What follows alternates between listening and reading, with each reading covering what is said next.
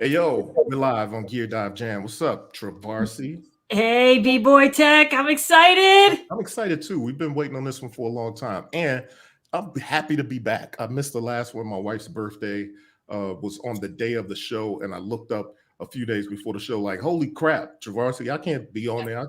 It's it's a household holiday. I can't be on the show that day. Yeah, I understand. We understood.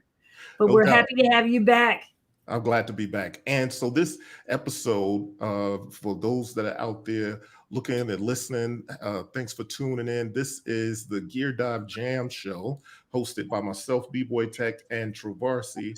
And we're going to be focusing on the Moog One with who we got up in here, Travarsi. Oh, we have two special guests. Our first special guest is Lisa Belladonna. Our second is Shanlin, aka NNON. I'm so excited. No doubt, no doubt. So without further ado, let's get started. Let's pay this bill right quick.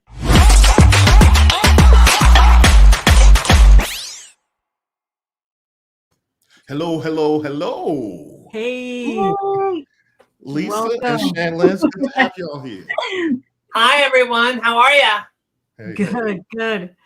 I'm so happy that you both are here. I'm excited. Me too. Thank you for having me. good. So let's do this. Lisa, tell people about yourself a little bit, just to kind of introduce, and then we'll come to you, Shanlin, and kind of just go around a little bit, and then we'll get into it. Hi, I'm Lisa Belladonna. I'm a composer and synthesist, as well as a sound designer and consultant for music instrument companies like Moog Music. And I've just been at it for a long time, about 30 years at this point. And I'm just real happy to be here with you guys. Thanks for including me. Dope. Thanks for coming through. Yes. Appreciate you. And Shanlin, tell the people about yourself a little bit. Hey, everybody. I'm Shanlin, aka NNON. I work professionally as a DJ under my Shanlin moniker. I also produce and compose under there as well. And then I have a different alias, NNON, that's more darker techno, ambient kind of stuff. And so, yeah, I'm really excited to be here. Excited to learn from you guys, as well as share some stuff that I've learned through this experience. Thanks for I coming can't on. wait to see what you guys have done with this beautiful thing. So yeah. So let's talk about, how about with the Moog One? For those that don't know, I mean, this is the flagship Moog synthesizer. It's basically 3 analog synths in one. It's either 8 voice or 16 voice. It's polyphonic. And I mean, there's a million great things we could say about it. I remember when I first saw it and I was thinking, holy crap. Okay, let me turn my mic up just a little bit. That's why we love our folks that come and join us. Is that better? I could probably move it up. So yeah, when they finally introduced this, it had been rumored to be around for a while, or something somebody was working on. And I remember somebody from Moog telling me one year at NAMM, like, yo, come back to the Moog house. And I was like, cool, I'll come back to the Moog house. But you know how it is at NAMM? Like, NAMM is where it is, and the Moog house was not near there. I usually get a completely different neighborhood. Even though I'm based in LA, I usually get a hotel near NAMM. And so I wasn't really feeling up to driving back to the city on that night. And then later I heard that the Moog One was being shown there, and they were kind of letting people check it out. And I was like, well, that super sucks. But anyway, it's dope to see it have finally come to the market. And it sounds great, looks great, and it is huge. I have long arms. And when I reach towards the knobs, it's really a reach, like to either end. It's like a huge, huge machine, but it helped me clear out a lot of other synths. I just kind of, as I started thinking about it, I was like, I think I'm good. This is the one. It truly is the one. Nice. So Lisa, because you were you've done videos for Moog and stuff. So tell us a little bit about what you've come to love about the Moog One. Oh, man, I could go on about that. I'll try to make it concise. So when Moog Music came here to do the Matriarch video a couple of summers ago, and we were speaking then during a break about the Moog One, and I really hadn't had a chance to really dig into it. I had played it maybe once or twice, but I really had no idea of what it was capable of. And I guess my reaction initially, they asked me what I thought about the Moog One, and I guess it was kind of a lukewarm reaction. So it turned into this, where they called me and said, hey, we want to send you one and talk to you about maybe doing some education and content and working with you on it. Because I had done some consulting with the Matriarch and things like that. And they sent it, and I spent like the first couple hours of just having it in my studio with my speakers and then realizing that it's essentially a really powerful modular polyphonic system. And like maybe, I don't know, 4 hours in, I sent them some video clips on my phone, and they're like, did you get it? I'm like, oh yeah. drop. And they were just like, oh man. And so it just turned into a really great relationship, really. They asked me to really go through it and learn it, and if I would be interested to go to Sweetwater Sound and teach their management, really how to really run this thing. Yeah. And I put in about 60 hours on it before going up there, and it really was a great experience. And it was intense, but it really kind of immediately got me over this sort of learning curve with it. And then I started to write patches for it.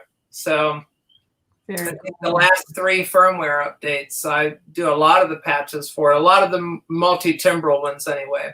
Yep. So I love it. I think it's something really special, and I have to like have seasons with it where I'll go so deep into it, especially when I'm writing for the firmware updates.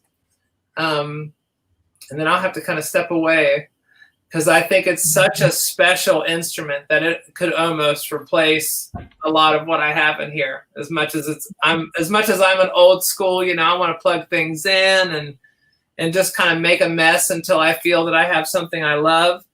But the Moog One just kind of invites you this whole other journey that I think is really special, and it's something that I want to do more education with publicly and for those of interest, So that's really dope. That's really dope, and I could see it's a one of a kind. It is, and the patches that you've made for it are excellent. Thank you. I want to say that the patches that it came with, the original just first firmware patches, they're cool, but I wasn't left blown away. I knew that the sound design capabilities were much deeper, or that you could kind of explore it, go in all these different directions. But as I started to get other patches and design my own patches and stuff, you can really see the possibilities open up. And your set was one of them. King did a set. Those are really dope. Yeah. And then the stuff that I've been designing myself, it's just because you have to throw your personality into it. Oh yeah.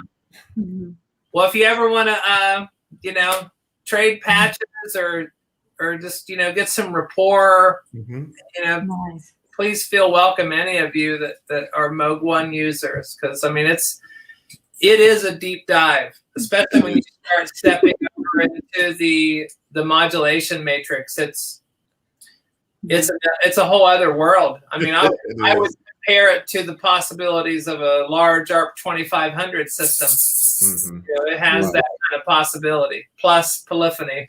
So, dope. And Shanlin, what about yourself? What have you kind of come to like or love about your Moog One? Because I know you were actually one of the first people I knew that. I think we met right around the time when you got it. And there was a glow Yeah. I know, All we you were guys all like- said I was crazy. It was like, I was like, Shannon got a Moog One. Like, she's I know, it was like a thing. We were all like, Shannon got one. Like, Well, okay. The reasoning behind all of this is like I love the memory Moog. To me, that is like the synth that I always wanted was a memory Moog, and a Rhodes. I love the Rhodes sounds too. And when this came out, I was like, this is my chance to have a memory Moog without all the work that needs to be constantly done on a memory Moog to keep it alive, you know. So I was like, I'll never forget the first time I got to play on it. I sat there at Guitar Center and I was like, here, take my money. Like, I want it.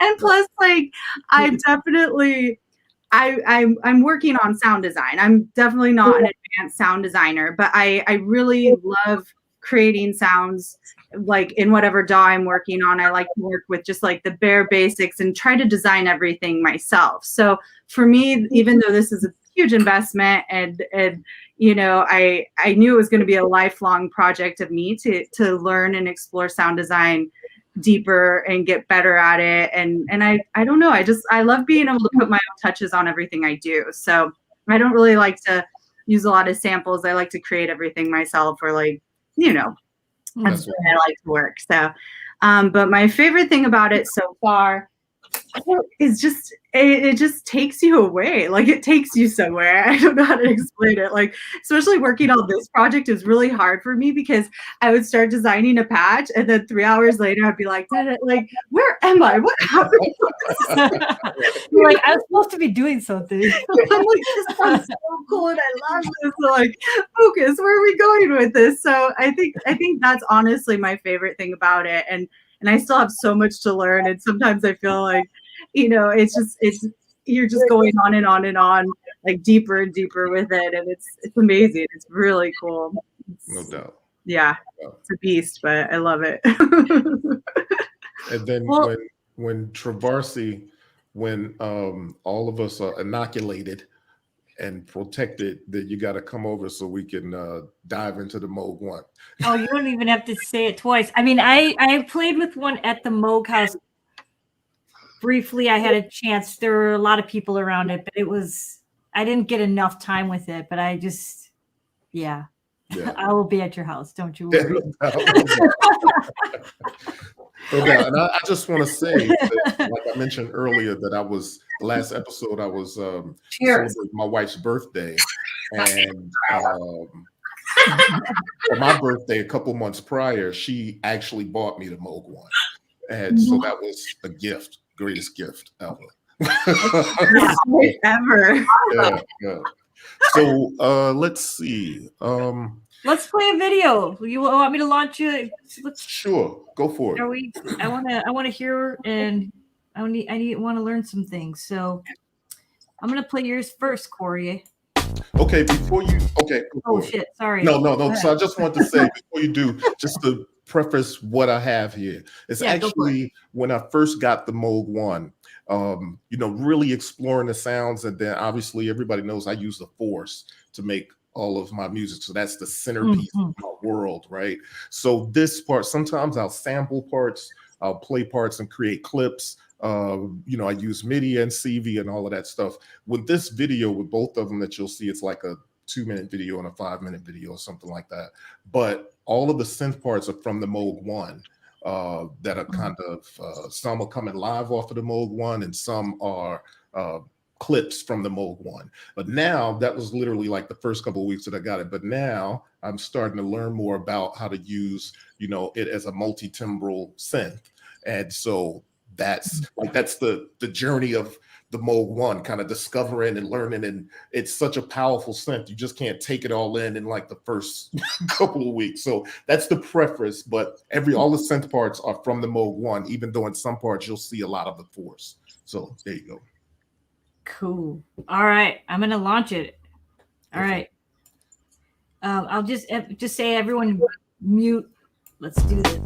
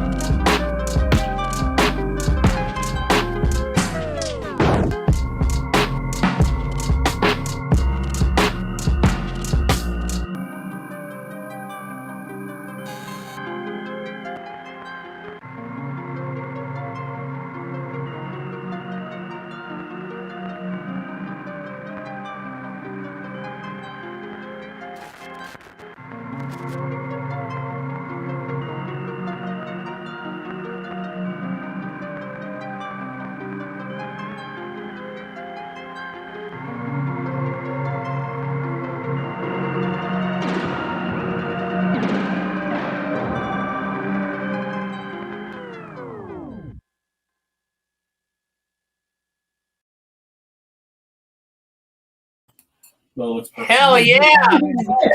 That was awesome. Thank you. Yeah, that I feel like I'm really loud all of a sudden. No, you're good. You're good. Okay, cool. I'll just turn my headphones down. So yeah, it's kind of what I was saying before. What I did with that is, so I have a certain kind of bass sound and a certain, I guess, kind of sound that I like to mess with anyway. So one of the first things I did is not all synths created equal when it comes to bass.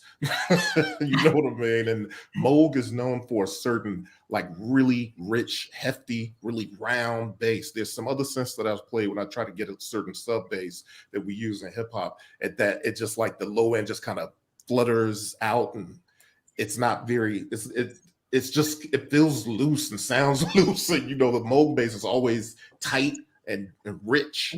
Deep. And just round and warm. It punches, right? It's just something about it. So that's one of the first things I did, is to jump on there and make the bass patch that that's like the litmus test. You know what I mean? So excellent. Yeah, that's one of them.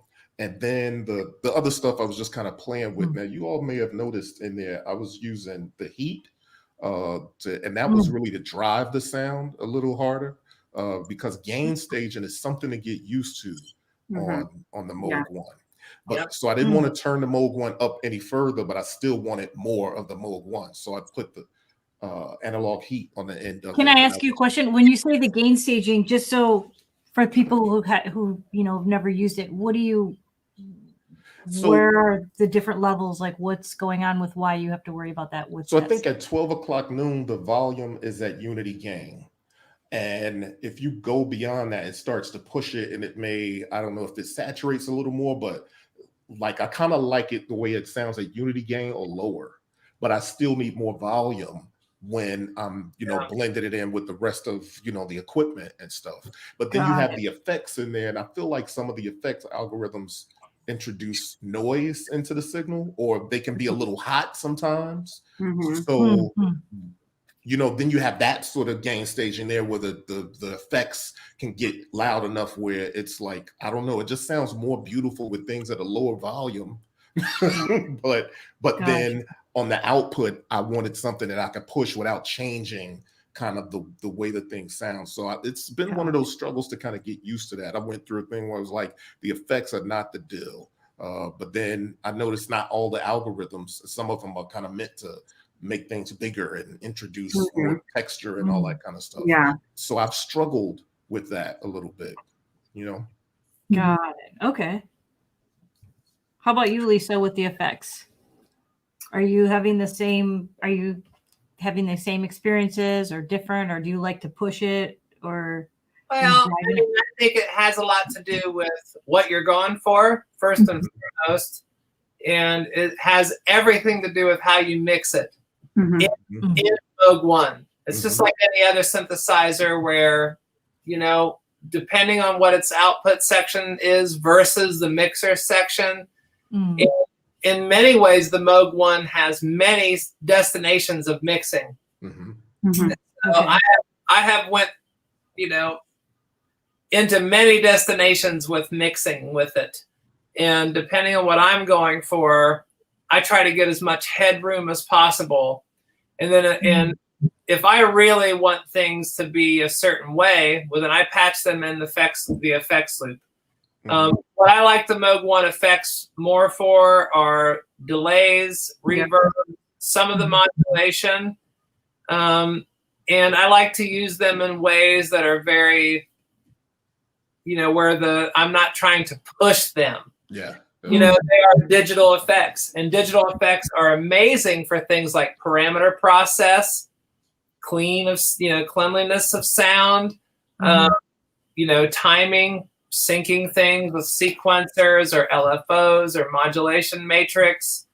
But when I want to do things like really get a fat bass sound, I'll patch out into an 1178, couple on my desk, or a pair of Earthquaker devices, Westwoods, DBX 160s, and then we get things really cooking. And then can use all the beautiful light and mystery that is in the effects section of the Moog One. You know, it's really just finding what the best taste is for your selection with it. True, Uh-huh. absolutely true. Mhm. And then you mentioned the thing that you mentioned too is that, you know, would it have, you know, it's a mixing section in there that allows you, I mean, each synth has its own, you know, Yes. VCA and volume itself. So not even just only, you know what I mean? So you got the effects, and then each synth has its own VCA, and then the main volume. And if you go crazy and not sure what you're doing and you just kind of mess around, things can get like, whoa, I'm overwhelmed again. You know, but it really does matter getting to know it a little bit and trying to and understand what you're trying to get out of it. Mm-hmm. It takes time. You know, it's not a mini Moog in the fact that you can just turn it on and like everything is A to B. Mm-hmm. It's not that it doesn't sound as good as a mini Moog, because if you really get in there, it does. Mm-hmm. I think it's a brilliant instrument. It's one of the most unique and special, expansive synthesizers I've ever used, and I've used most of them. Let me tell you all what Lisa told me. I reached out to Lisa because I was obviously contemplating. My wife knew that she could buy this for me and I would love it because I spent a lot of time staring at it and watching YouTube videos. Like she would come in the room like, this thing again on the thing. But I asked Lisa once and I was like, yo, Lisa, I'm thinking about getting a Moog One. You know, what's your thoughts? I know you use it. I've seen your videos and stuff. And to summarize it all, she was kind of like, it's like the deepest modular system, but a polyphonic orchestra, though. Wow. And I was like, well, that's money is spent now. Yeah, I kind of chuckle when people, you know, just kind of scoff at it and write it off as just a pad machine, which, you know, it is that. It does that well.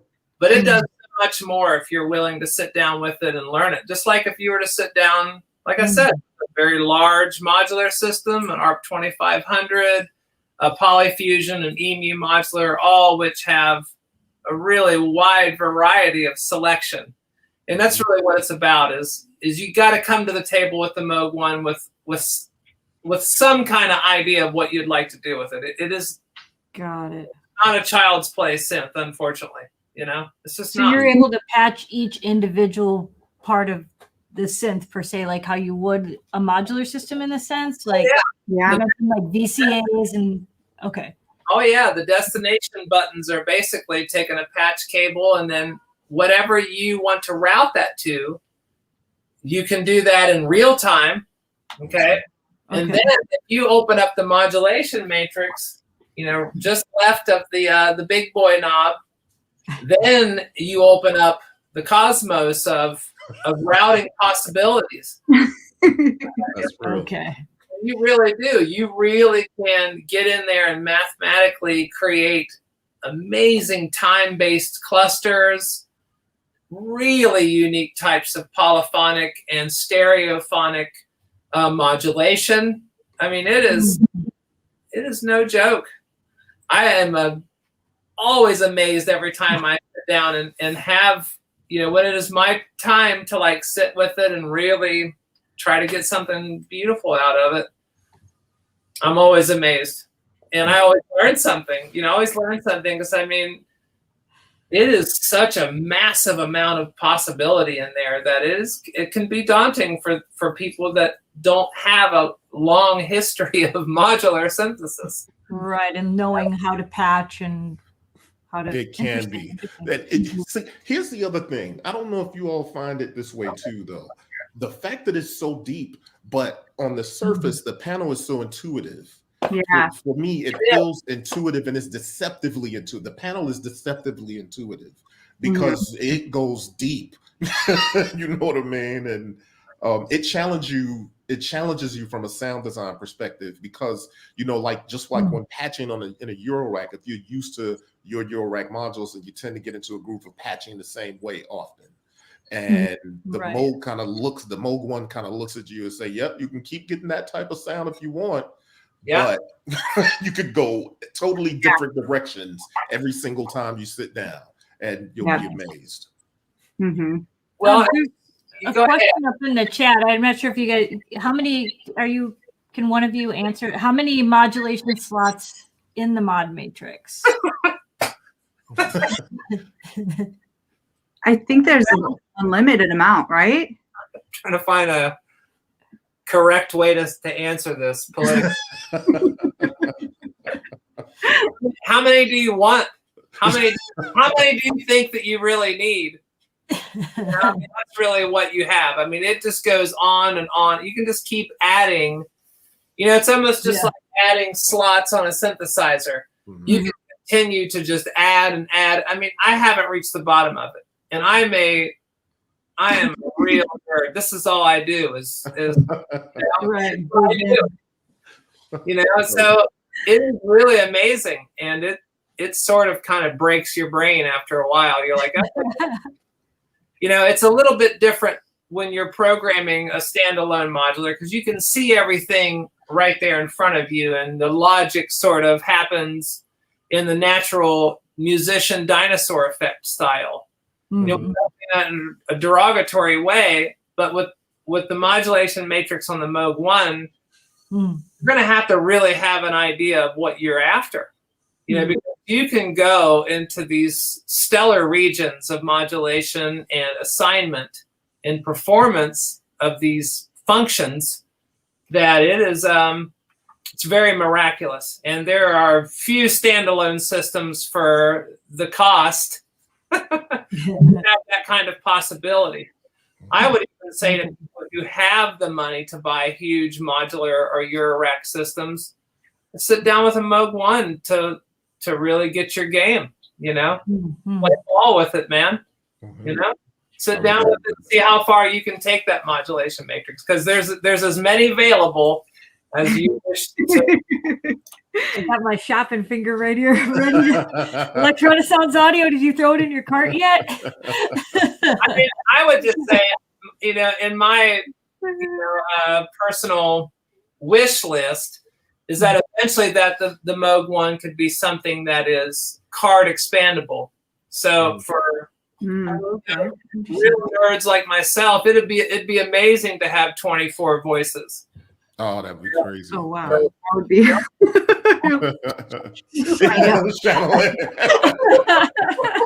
Right.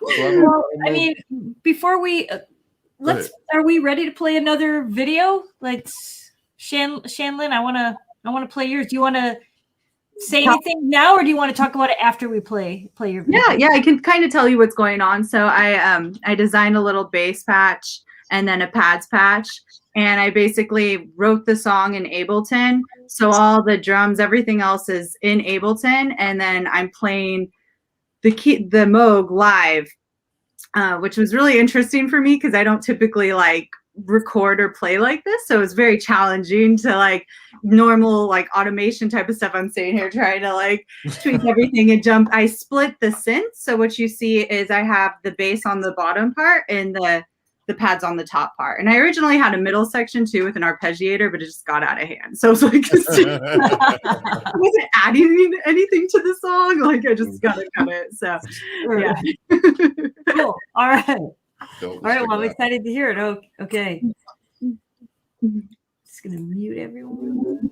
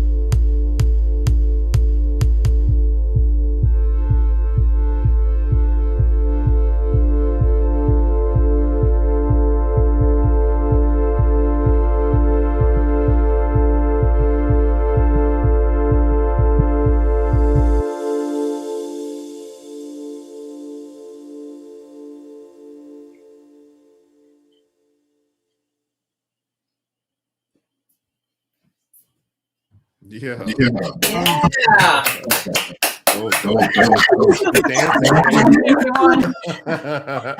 I know, I like that too.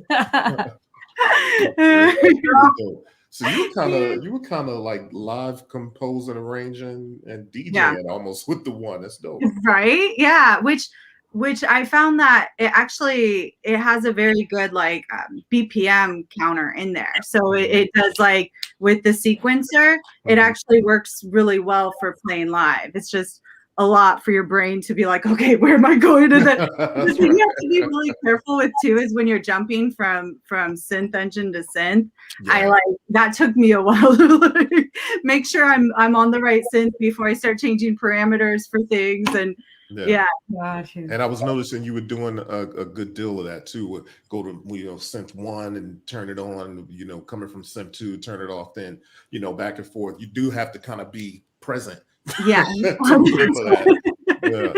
Definitely. Yeah. I'm sorry for everyone in the chat. My YouTube page like froze on me, so I can't respond, but I just see everyone.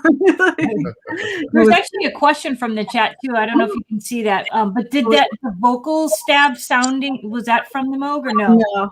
I designed that in Ableton. I wanted to add some vocal parts, but I was being I didn't want to like have to re-record stuff. So a lot of times I'll just like take stuff that I recorded from the past, and I don't even know how I came up with that. It was very random, and I was like, this is kind of weird, but I like it.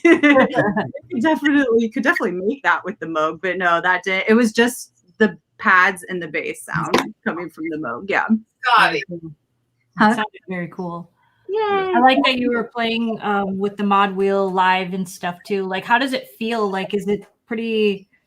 It's super smooth and super soft, and you have to that's one thing that's amazing about the Moog is you can assign anything to the XY patch in the mod wheel, which was really cool. But one thing I kind of messed up on, Lisa, maybe you could answer this question because I didn't know. I assigned things from my synth 1 and from my synth 3, and when both of them are running in the sequencer and I took the mod wheel, even though I had panel select on like the bass, it would play both. It would both affect it's 3 mapped, and it doesn't recognize that you only have synth 1 or synth 2 engaged. It's just reacting for both synths. Yeah. So that was kind of like, I didn't realize that till I went down to like start practicing, and I was like, no, because I had like already done so much modulation for my bass, and I was like, why is that opening the pad filter? And like, so that was something I learned. But yeah, it's really fun to play that part, and then the aftertouch is really cool too.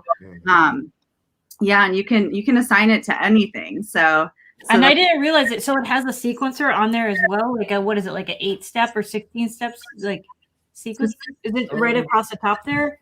The 16 step, I believe. Yeah, it's 16 steps. I like how you all look over. Yeah, Cool. and the sequencer is amazing too. But just for my brain, I was like, I'm gonna just have everything set up on the sequencer. That way, I could like play it and focus on everything else. Because originally, I was gonna try to record it live in the sequencer, and I was like, this is a little challenging. So, and so too, with the sequencer and with the ARP, you have a sequencer and you have an ARP. Yeah. But you have that 3 times. So you have 3 synths, and they all have their own sequencer and ARP. Oh, wow. Yeah. Right? So it's really like buying 3 synths with 6 ARPs or 3 ARPs and 3 sequencers. And, yep. They can all run at the same time and everything. That's why you see me jumping from the synth 3 was the pads patch, and then the bass I put on the first one. So that's why I jump in the sequencer and like load that next sequence in there for the bass sound. Cool. Yeah. Nice. It sounded really good. Yay, thank you. It was fun. It was very fun. I learned a lot from this. Like, try to play live. I'm like, How do you, because you said this is your first time, like, sort of just playing the sequence, playing it live. Yeah. I know you've been getting in more into sound design. Are you designing and then sort of sampling it? Is that kind of what you're? I'll play it, but I'll record it straight into like Ableton. So it's not like I'm, I'm not like playing live with it. And I don't ever play like two sections at the same time. Like I would be like, you know what I mean? Yeah. So I would just do like focus on the bass and then put that in and record that in and do everything. But you can hear that I have issues with the gain stages as well. And that's something that if I did want to play live with this, I would definitely have to learn and dial back and figure that all out, because you can see I jump from the VCA section, and that's what I'm doing in the middle is I'm trying to bring the volume into the bass, and it's learning how to fine tune those things, because that part wasn't like on point. I need to get better at that. Yeah. It was a good set. I mean, that's part of the thing with the Moog One. There's so much there. Mm-hmm. I mean, it really takes some, like I said, you have to kind of be present, especially going between synths and playing different parts. I kind of dig that. It's kind of like almost counterintuitive to the degree of, back in the day in hip hop, people had, you've seen a lot of guys with a Triton and an MPC. And so that's a workstation. And so that's where that's categorized for me, that being able to do that multi-temporality with all those different sounds and all these sound ROMs you could throw in there. And that was one of the like aha moments for me with the Moog One, is that it's multi-timbral, 3-part multi-timbral, and but it's a polyphonic analog synth. You know what I mean? Because you're just kind of used to having if it's analog, it's a mono synth, or maybe it's a poly synth, but you're not gonna be having multi-timbrality in there, and that's what's really dope. But then that's where that complexity comes from that you start to speak of with the different, synth 1, synth 2, synth 3, and knowing what the panels are doing, looking like at every moment when you're going between there. And for those that don't know, because it's 3 synths, you can assign a MIDI channel to each synth and use it like a multi-timbral sort of Triton sort of thing. And I say that because I think that would resonate with people that understand that sort of situation better. Well, I understand. Yeah. It's pretty wild. I mean, how much this can do, and no doubt. Beast. So let's see what we looking like. You want to get into? Let's get into Lisa's. You guys ready? Lisa, do you want to set anything up, or you want to talk about it after we finish listening? I will just set it up with, it's just a Moog One solo with the only additives are these universal audio pedals. Dope. Very cool. Really nice. And it's just a one-off. Yesterday, my daughter and I was driving a lot of the day, so we were sun and wind kissed, and we just came in and did it, and hopefully you guys will enjoy it. But it's just, everything's in the Moog One, and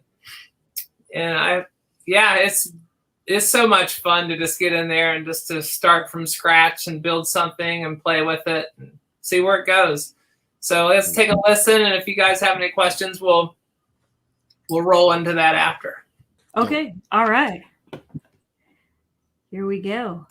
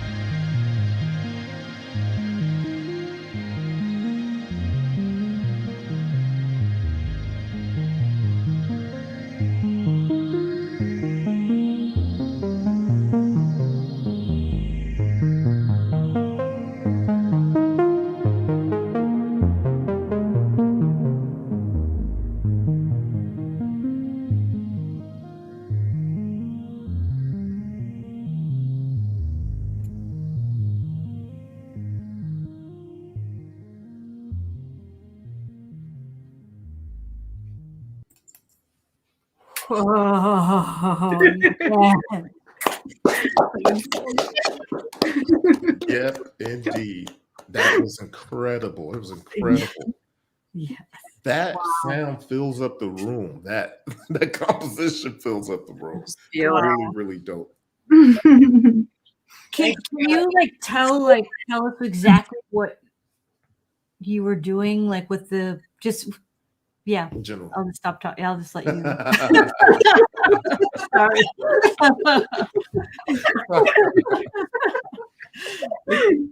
Yes, I can. It's not really that difficult of a setup because I wanted to be able to get the opportunity to, to talk about how easy it is to get that kind of control and that kind of headroom. Mm-hmm. So here's how I go about an improvisation like that so what I do is I set up two patches that are very similar to each other so I can bounce back and forth, developing how I'm going to, set myself up for the first section and then how I'm going to conclude it. And that has a lot to do with how the mixing stages are set up, as well as how I have the effects loops going. And I'm incorporating both Moog One effects, as well as some of the beautiful sounding universal audio effects, which are the phasing. Some of the transitional reverbs towards the end are the universal audio and delay. And so it's just timing of how you set up the taste profiles of each thing. So the first section of the piece is synth 1 is the sequence. And I have the voices spread around a little bit so it creates movement. And then I have a 16th note delay that is also ping pong that I set that slightly out of phase from the movement of the stereo voices. Okay. And so that just gives it a little bit of grease, as I like to call it, just a little bit of a little butter on it. Right. And it's very basic. It's a one oscillator sequence. And that's the other thing is I think there's a sort of like a lot of people want to put every voice on everything. Yeah, you don't need to. Yeah. No, it's all about setting up contrast in this thing. Mm-hmm. And allowing for space to create width. And so the polyphonic patch is just a sort of Polymoog knockoff. And I have that, I think that's an 8 voice patch that I have fanned out pretty far. So that's where you get all that beautiful modulation. Okay. And that's synth 2. And then that is going through its own sort of effects realm in the effects section. And then the third synth engine is my mini Moog sound that you heard me improvising and doing bends and all that stuff. And at the end, I bring in its own sequencer. And I start out with an 8th note pattern. And then like maybe 2 bars in, I switch it to 16th notes to be in contrast to the original sequence. Right. And then I bring in the other oscillators in the mixer. So it becomes a 3 voice polychord sequence. And that's when I start wiping it out into the universal audio space. Gotcha. And then as I'm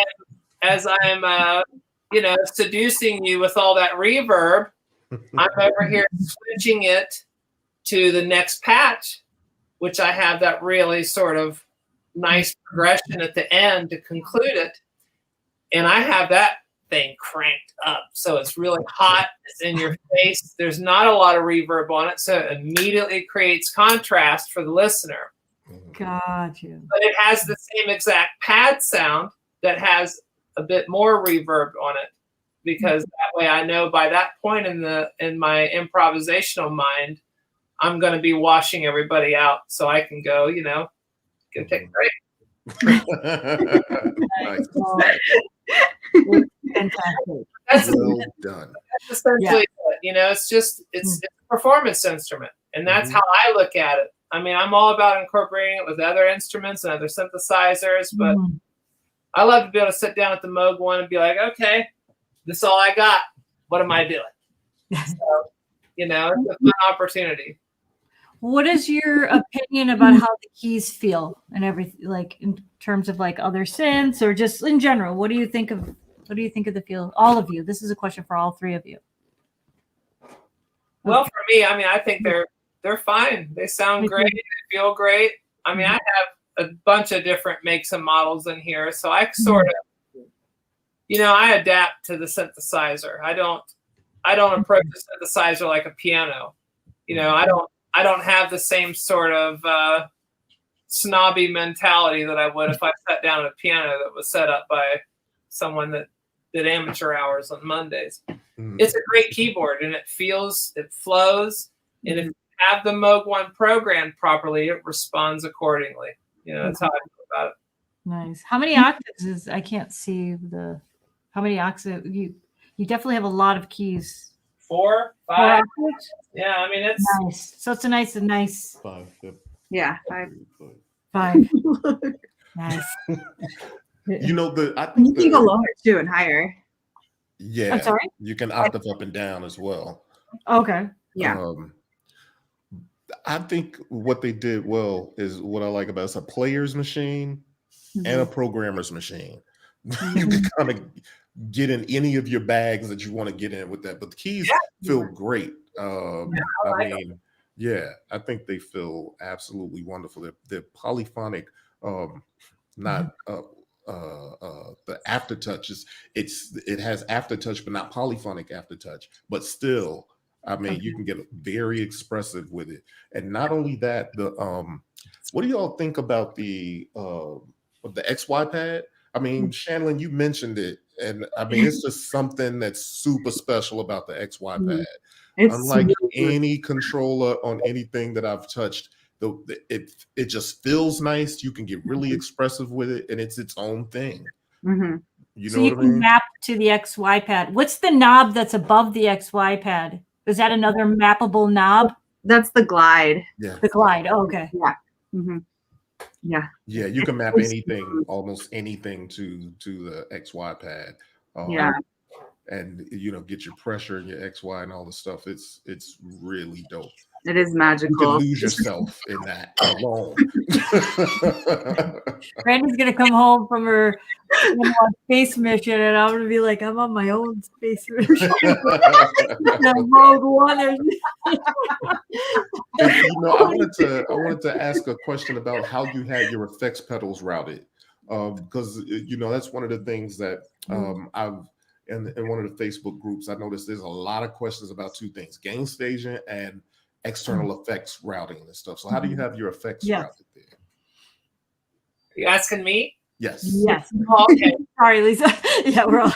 Sorry. I'm over here fiddling with the board. It's very simple. I basically just created a stereo out into the stereo pedals. Okay. And basically I have reverb first. And basically I have it how they sent it to me, which is the golden reverb first, which is amazing. And the Astra modulation, which is chorusing, phasing, flanging, and into the Starlight Echo Station, which is a really amazing stereo echo. And then just back in. And so, because I didn't have a lot of time to do that video, so I just wanted to have something to sort of play with and just have a nice transition between patches.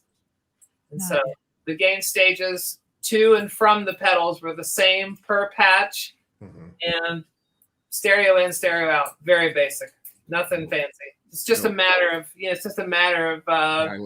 mixing it as you go.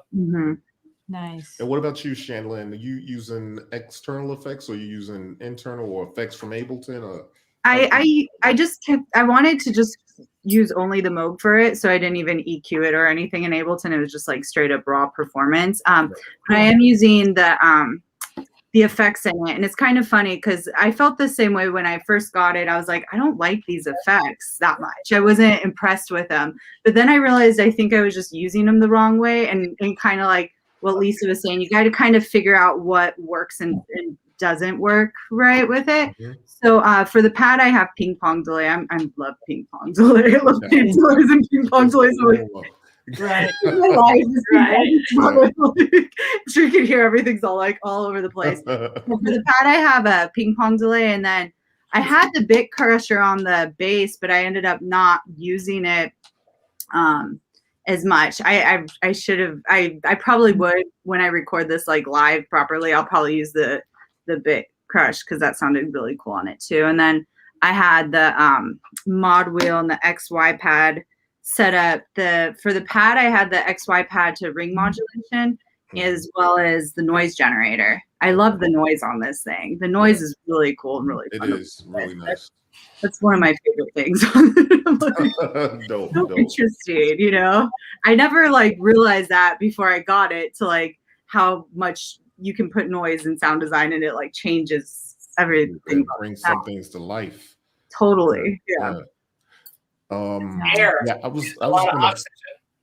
yeah, Mhm. it does. Yeah. I was gonna mention again about one of the chat rooms or forums about the Moog One. There was someone asking at one point about whatever complaints or bugs that people had talked about, and then also there's sometimes you have to take complaints with a grain of salt because, like we're saying, this is a deep machine, Yeah. and it doesn't matter how used to anything else you are, how much experience you have with anything else. This is a thing unto itself, and it's not like anything else. What kind of So complaints were even though you- you might have an understanding of certain things, when you come to the Moog One, you have to understand the Moog One. And I feel like there's people that have, I myself have used things incorrectly, complained about it, and then later realized like, oh, bang. User error. Yeah. User Totally. error. And when you really get to start understanding how certain things are set up, then you start to realize like, oh no, this is actually really, really dope. You know what I mean? So just for everybody out there that's listened to it, it's not that it's without its issues. Everything has issues. The one thing Moog has updated it quite a bit over time, and you know, I don't think that we've seen the last of that. And the other thing is take it with a grain of salt, because even the most seasoned users can make mistakes and misuse things, or you know, not approach things correctly and make a snap judgment.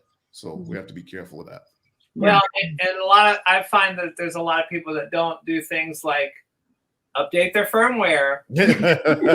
Right. It is a hybrid system in that regard. It is something that we're all working towards to make a better, you know, fortified instrument. I mean, it's a huge project for the guys that have been making this thing for the last 6, 7, maybe 8 years even. It has been quite the investment for Moog, both in money, heart, soul, blood, sweat, and tears. I mean, I'm in there and seeing and appreciating what these guys and gals are doing there at Moog Music. And the Moog One is far from done, and I feel it's on to bigger and better things than even just as it already is. Nice. So, you know, I'm waiting for like I said, I'm waiting for those expandable cards. Let's take it. That would be amazing. Yeah, that would be amazing. Once again. So Shonda, when you pulling the trigger? Right? I know, right? We'll pull the pressure back off of. You can just sell all your modular gear. Well, not your clubs. You heard what Lisa said. This is a modular system inside of a keyboard body, so it fits right in. I'm seriously going to be at your house soon, Corey, to hands-on with it. And you got to. I think you got to kind of spend a little time with experience and stuff. So in closing, I think were you going to say something, Lisa, really quick? Sorry, Corey, before you. I don't want to interrupt, but I would like to say that, you know, I'll put this out there. I've been doing this privately, but if anyone does invest in a Moog One and you are a registered user, reach out to me and we will set up a free 1-hour tutorial to get you rolling. Wow. You know, and Nice. I've done this for a lot of people at this point. So if there is any of you out there that are considering a Moog One as part of your setup, reach out to me on Instagram or at my website, lisabelladonna.com, and we can talk about it. And I'll be happy to help you get beyond the, you know, the first couple of stages of becoming familiar with this amazing instrument. It's really something special, and it's definitely worth considering. Mhm. So that's all I really wanted to say. No, thank you for putting that out there. That's awesome. Yeah. No doubt. So yeah, I want to thank everybody for coming by. We both want to thank everybody for coming by. Yes. You guys. And Thank you. dope Thank you. jams, dope conversation, and I think we've learned some things. I've certainly learned some things. It's always interesting to see how different people use the same instrument. You know what I mean? And Absolutely. there's all kinds of use cases, and this was dope to be able to show some of that and get some insight. So yeah, thanks everybody. Yes. Thank you guys for Don't bringing us all forget to together. hit that like button out there, and just want to say thank you to the chat. And just to let you know, next month we're going to be covering the vector sequencer.